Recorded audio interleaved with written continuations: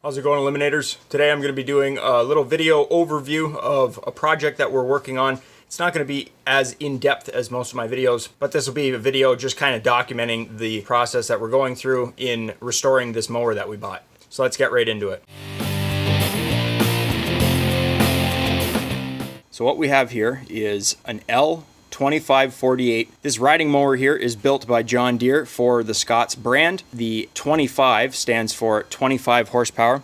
So if we come up here, pull the hood up, you guys will see that it has a 25 horsepower Intek twin cylinder engine, and the 48 stands for 48-inch deck. Now, there's a bunch of issues with this machine, but it runs, and we got it for an unbelievable price. I'll get into all the minor issues that it has, and then I'll start getting into the larger issues. So first up, it needs a seat.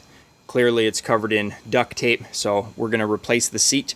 The fuel line, when we got this thing, was run from the tank, which you'll see here.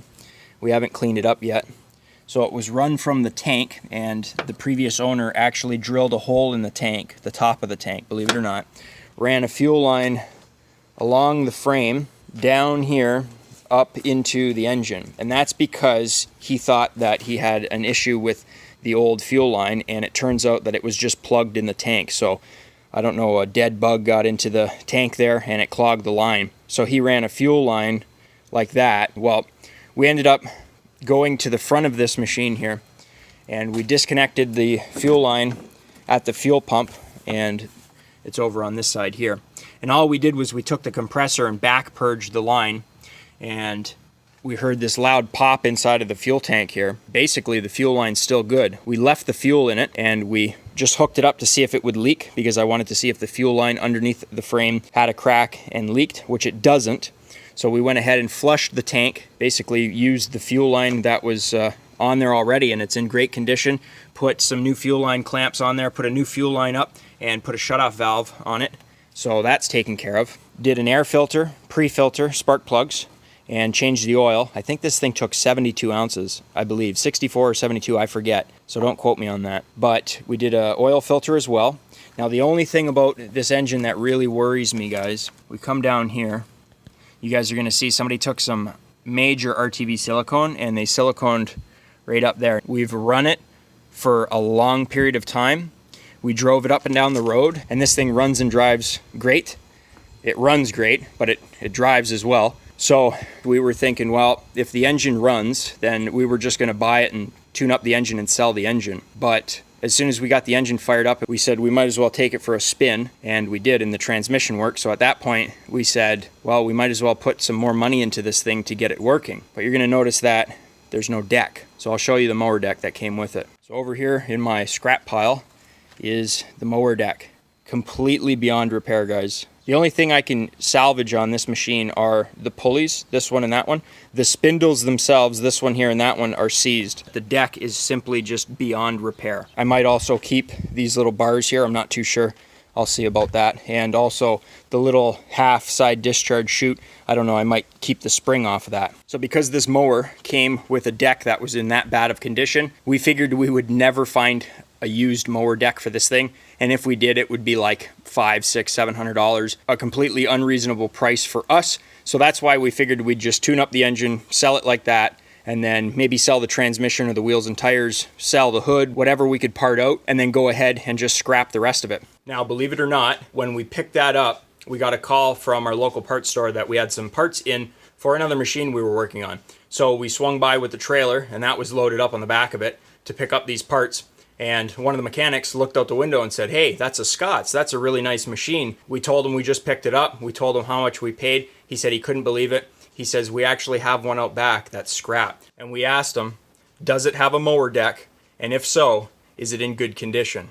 He said, come on back and we'll have a look. So as it turns out, they did have a mower deck and it was in good condition. So this rust that you see, it's all just surface rust. This thing is solid. So we've gone over it, and same thing, the spindles were a little bit seized. So instead of trying to replace the spindles, we just went ahead and ordered some bearings. Took the nut off, dropped the spindle, punched out the bearings, put in 2 new bearings, greased up the spindle, put it back in, and we replaced this pulley here because the old pulley, the little hex head that's cut into the pulley, that's what goes and seats it onto the shaft. It was a little worn out, so we just replaced it. That's the pulley you see missing from the spindle on the other deck.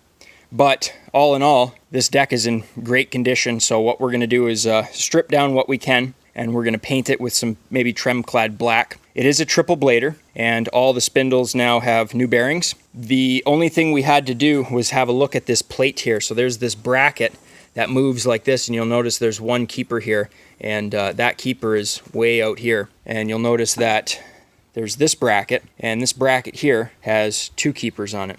So that's the only difference. So this came from the other machine, and we thought we should swap it over. So this might have been a slightly different revision of the same model, and we thought we could go ahead and put this bracket on to there and bolt it up, but it's not exactly the same. This piece here that goes down here interfered down here, where this one, it locks in right there. So what we did was we just swapped the pulley, and we're going to keep that bracket, and we might, I don't know, bend that back up and try to get that a little tighter. Now, we also ordered a brand new deck belt for this. I'll put part numbers in the description because I can't remember them off of the top of my head. It said that this takes, for the 2548, it said it takes a 1/2 by 139 inch belt, but we took the belt off of the old deck and it measured like 146. Now, there is a John Deere belt that measures close to, I think it's 1/2 by 146.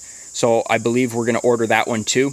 But we can always change pulleys if we need, like the idler pulley, we can change the size, because on this model, it has an electronic Pto Clutch. You guys can see it there, which means that the deck belt is always under tension.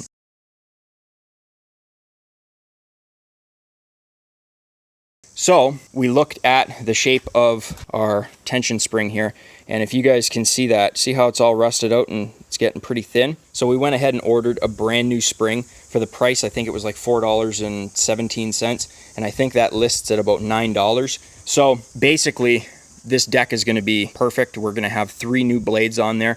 The mounting brackets, everything looks similar. So like I said, it was probably the same model. It was just a different revision. We're going to grease up the wheels and make sure they're all lined up and that the brackets aren't bent or out of position. I'm going to have to pull out that fuel line and put a cap with some adhesive into the top of that fuel tank. Why the guy drilled a hole in the top of the tank to do that, I don't know. He might not have thought to have, just blown out the fuel line. It's called back purging. So you disconnect your fuel line at your carburetor, you take your compressor, you make sure your fuel tank cap is off. And then preferably you want to do this in a well-ventilated area with no fuel in your tank. But what you do is you blow back, and if there's any gunk caught up in the bottom of your tank, which that normally happens if you get bugs in there, it'll just blow all of that back out. Then you can disconnect the fuel line and you can go ahead and flush your tank, which is what we did. And going back to the work that I've already done, the safety switches were disconnected. There was a little bit of wiring that was kind of, I don't know, weird, I guess you can say. There was no battery in it, so we bought a brand new high power, you guys can see 430 cranking amp battery. So right there. So it's a 430 cranking amp, which is a 350 cold cranking amp. But like I said, this is just going to be a video documenting the process that we go through. So like once I have this painted, I'll bring you back. I'll show you what it looks like. But yeah, that's just something that we got at a wicked price. Shout out to our buddy Steve, who told us about the guy that was selling this machine.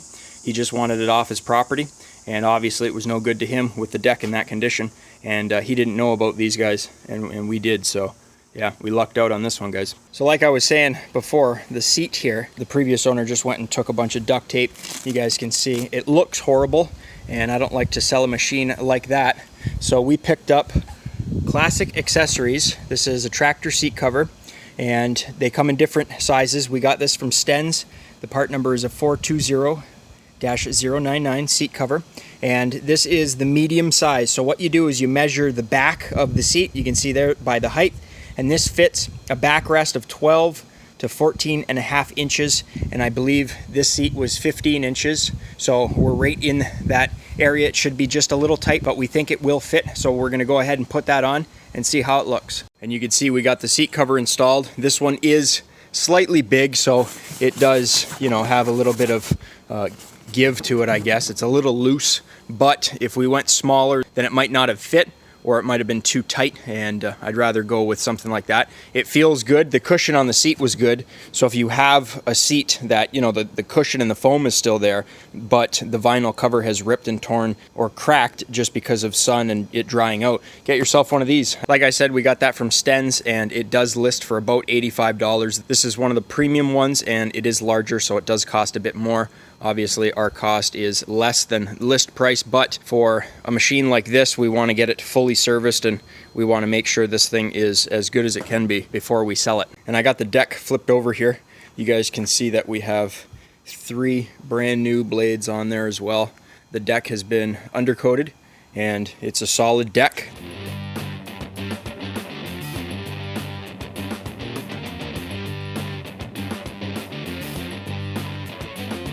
But this deck is pretty much right ready to get reinstalled onto our machine over there. So we got the mower deck back onto this machine.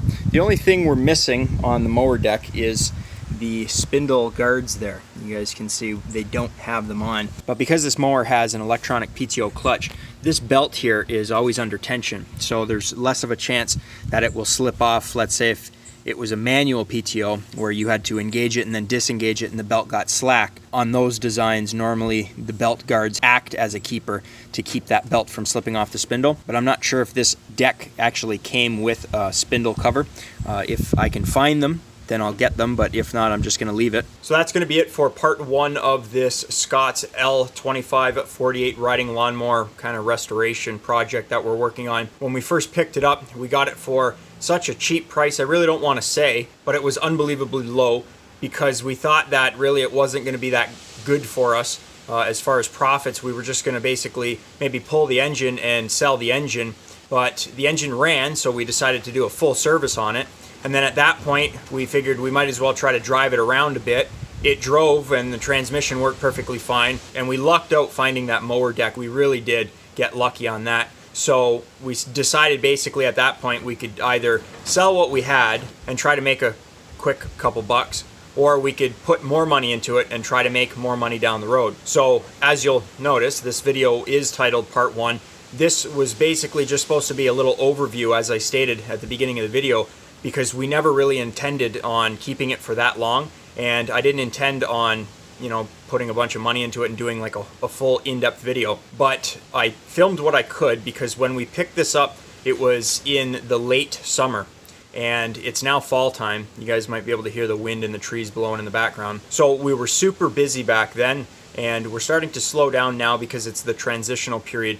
Not too many people are cutting their lawns, so we're not getting as many lawnmower related jobs in, and there's no snow on the ground yet, so not too many snowblowers are coming in to get fixed. So this is the transitional period where we have time to fix up some of these projects. So we ended up finding a buyer. We gave him a price with the engine how it sat, with that RTV silicone along the side and a slight leak out of the crankshaft main seal. And then we also gave him a price if he wanted that oil leak taken care of. So basically 2 prices and he could make up his mind. He opted to go for the higher price with the leak fixed. So the part 2 of this video, a sump gasket replacement as well as a crankshaft oil seal. So I don't know when I'm going to get around to that, but that will be a follow-up video in the near future. And like I said, as we're starting to slow down now because it is fall time, we're transitioning into winter, we're going to have a little bit more time to work on these projects. So I will bring that into the shop, tear it down, and I'll do a complete video on that when that happens. But that's it for today's video. If you guys enjoyed the video, think about leaving me a thumbs up. You know, it really helps me out. You can click here to subscribe and click over here to watch one of my previous videos. I upload every single week, so be sure to stop on by next week, check the channel out for new content, and as always guys, thanks for watching.